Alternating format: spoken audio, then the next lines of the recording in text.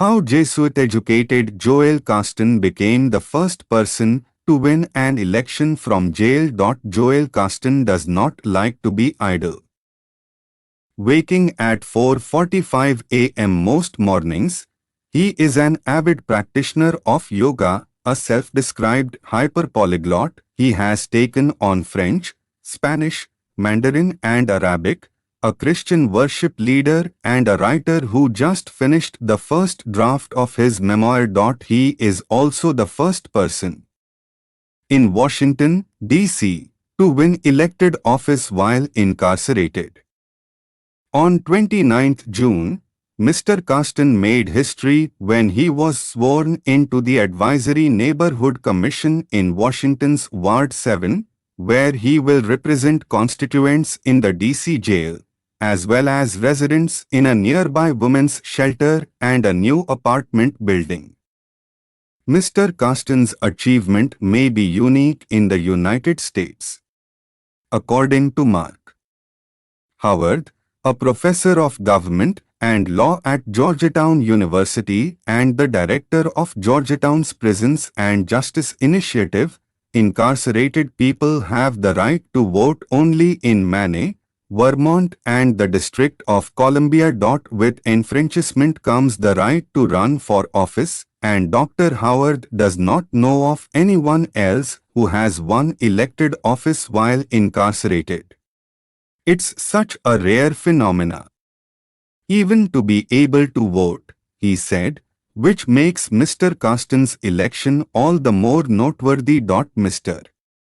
Caston said he is committed to using this opportunity to be a voice for the residents of his district. I want to magnify the humanity of the men and the women that I represent, he said. For Dr. Howard, who has dedicated his professional life to prison justice, Mr. Caston's election is a meaningful first. I hope that the election shows that incarcerated people have value, that they exist, that they are human beings, he said. It's very important to be directly hearing from people on the inside. Mr. Caston and Dr. Howard have known each other since Georgetown first introduced its program at the DC jail. Mr. Caston has taken a number of courses through Georgetown's Prison Scholars program, which was established in 2018. Dr. Howard recalled how Mr. Caston immediately introduced himself on the first day of the program, initiating a relationship that has continued ever since. Dr. Howard said that he has found it inspiring to get to know Mr. Caston as a student and as a person over the past 3 years. He embodies the love of learning and the growth that we as humans can undergo, he said. Mr. Caston, for his part, looked back positively on his involvement in the Prison Scholars program. He said that the program has helped him feel newly empowered to use his voice. Sometimes you can fall victim to the narratives that come to be associated with incarcerated people, he reflected. What surprised me the most about the classes was how powerful my voice is. At the same time, Mr. Caston was quick to point out that he is far from the only inside student with talent to offer, emphasizing that his election is a victory for all incarcerated people. There are other Joels, there are other Joelitas, he said. Many of them, myself included, have a heart for humanity. Having someone like us at the table makes sure that you can actually solve the problems. Programs such as Prison Scholars classes, according to Dr. Howard, are key to enabling stories like Mr. Caston's. There is so much research and evidence showing that participation in programs like ours reduces recidivism to almost zero, he explained. We feel like we are making a contribution to society by helping provide education and life skills to people who will be coming home and now will be equipped to make the most of it.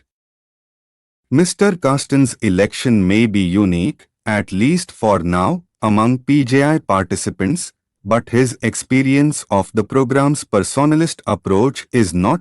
According to the Rev. Raymond Kemp, a priest of the Archdiocese of Washington, D.C., who works at Georgetown University, the initiative's emphasis on the humanity of incarcerated people is deeply informed by had an effect on both inside and outside students who spoke to the importance of sharing a classroom and forming relationships. Alexa Eason, a 2020 graduate of Georgetown University, reflected on how her Prisons and Punishment course centered the humanity of incarcerated people. The terms inside and outside classmates began to fade for me, and they were just my classmates, she said. Ms. Eason said that the impact of the class has stayed with her since she took it in fall 2019. It wasn't necessarily the content that made the class what it was, she said. It was the people. Mr. Caston expressed a similar sentiment. He recalled one day when an outside student came into class and asked if she could sit beside him. We were both students at Georgetown University, regardless of the uniform that we wore, he said. Mark's class had the dual benefit of not just the curriculum but also the human component. That was magnified by the students, both inside and outside. Harry Rose, a member of Georgetown's class of 2020, took a PJI course called Forgotten Humanity of Prisoners in the spring of his senior year. For Mr. Rose, the course became a particularly meaningful experience when pandemic restrictions forced class meetings online after just 2 in-person sessions. Amid the national shutdowns, the class continued to communicate virtually, sharing not only their coursework but also their experiences of quarantine and isolation. The move online actually enabled the class to communicate more frequently than they could have done with solely in-person visits. According to Mr. Rose, and the connection became a huge lifeline for both inside and outside students during the lockdown. The students checked in on one another all spring, recording happy birthday videos for each other and sharing quarantine pastimes. Mr. Rose said he shared opera music with his classmates in the DC jail. Mr. Rose said that he felt it was important for the inside students to know that the outside students were still thinking about them and still wanted to build relationships with them, even if those relationships could not be in person. During a time when we were all confined, the inside students were experiencing maximum confinement and isolation, he said. The students' response to the pandemic embodies the human component that Mr. Caston said is characteristic of the initiative. According to Dr. Howard, the initiative's work is closely tied to the Ignatian mission of being men and women for others. The work of keeping the dignity of incarcerated people in the foreground is of deep importance to Dr. Howard. I have had the privilege of coming into contact with some of the most extraordinary human beings that I have ever met, he said of his visits inside the jail. It's very important that we as a society consider their humanity and consider the reasons why they are deserving of a second chance to come home.